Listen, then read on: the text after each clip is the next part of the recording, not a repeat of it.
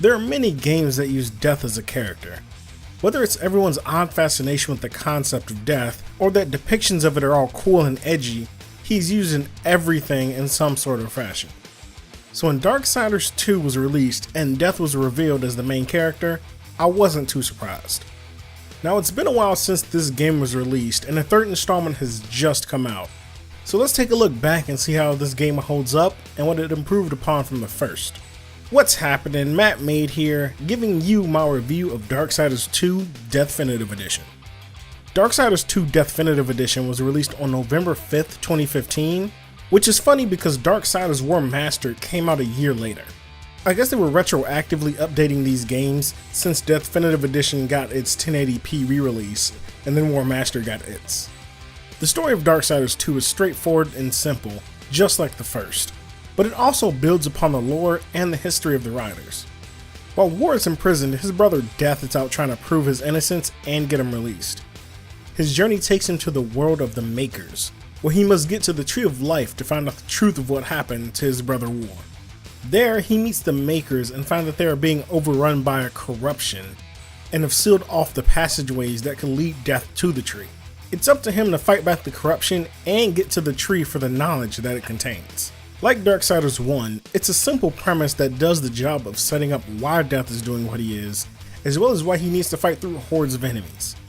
It not only gives you a brief recap of what happened and how things currently are, but also gives you a bit more backstory about the riders and how they interact with each other and those around them. Death plays much more fluid and is far more nimble than his brother War. Instead of hulking in heavy strikes, he has quick slashes and can combine his two sickles into a giant scythe during combos. He looks really cool while in combat and in motion. You also start off with quite a few combos and moves, so fighting through hordes of enemies doesn't get boring. Like the first game, you have your light and heavy attacks. However, instead of them both being in your scythe, you can find and equip a few different types of weapons that change up your playstyle quite a bit. Each has a different attack speed and damage. Each piece of equipment, whether sickle or otherwise, has their own level requirements and stats. Finding stronger and better equipment will make the game far easier and encourages you to go out of your way to find chests. As you fight and defeat enemies, they will also drop equipment, allowing you to increase your strength without having to grind too much. On top of that, the armor and weapons actually change Death's look. This is really cool, and it's a nice added feature to see the visual improvements and the visual differences of each weapon. For this installment, it appears they went for a more RPG-esque style.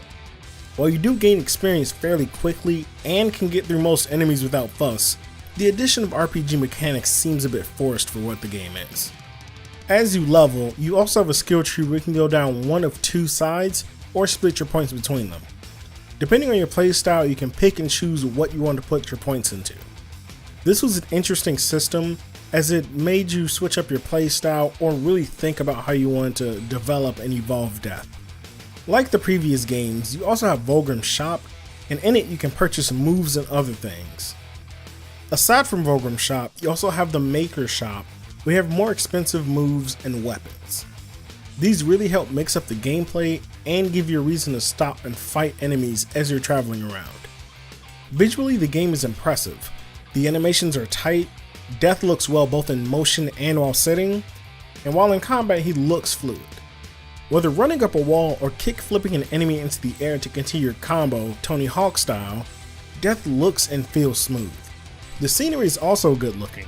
The textures and foliage are detailed, the dungeons, which you will spend tons of time in, are all creative and unique, and the paths that lead to them are filled with enemies and all sorts of nooks and spots to explore. It really feels like an open world game that you're meant to explore instead of a bunch of hallways or tunnels that are meant to simply show you to the next area, as it felt like in the first game. Each section has large vistas, and you can really investigate things while riding around on your horse or on foot. Some of the supporting cast can feel a bit samey and formulaic. All the makers are all large, brutish, and usually wield a giant weapon or something. All of the makers seem like they were cut from the same cloth and just altered a bit. They aren't bad looking, however they feel a bit too similar for my tastes. Compared to the supporting cast of the first game, I found this one to be a bit lacking. The voice acting in this installment is pretty good. Death delivers his lines with angst and arrogance, quite similar to his brother War in this regard. I guess it runs in the family and is required if you're a horseman. Actually, everyone in this game is pretty arrogant and demanding at one time or another. I guess when the apocalypse is kicked off prematurely, everyone has the right to be a little peeved. I know I would be pretty angry if I woke up one day and the world was ending.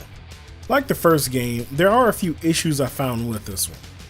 The inability to double jump or dash while holding an object is still quite frustrating and makes me want to flip a table.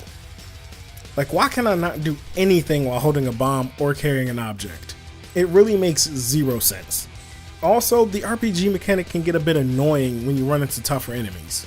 While the game does give you an ample amount of items and equipment, it will still take time to level up and get skills that you may want or need in order to make things easier.